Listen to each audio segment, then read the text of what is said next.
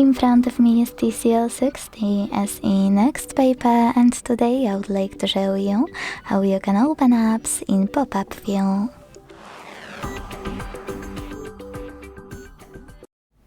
Begin by selecting an app you wish to use in this view and launching it in the background. Now tap on the icon of it available at the top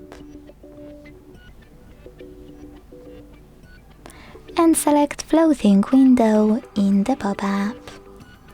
Now to move it around, hold those three dots at the bottom and drag it. To scale it, hold one of its corners and drag it as well.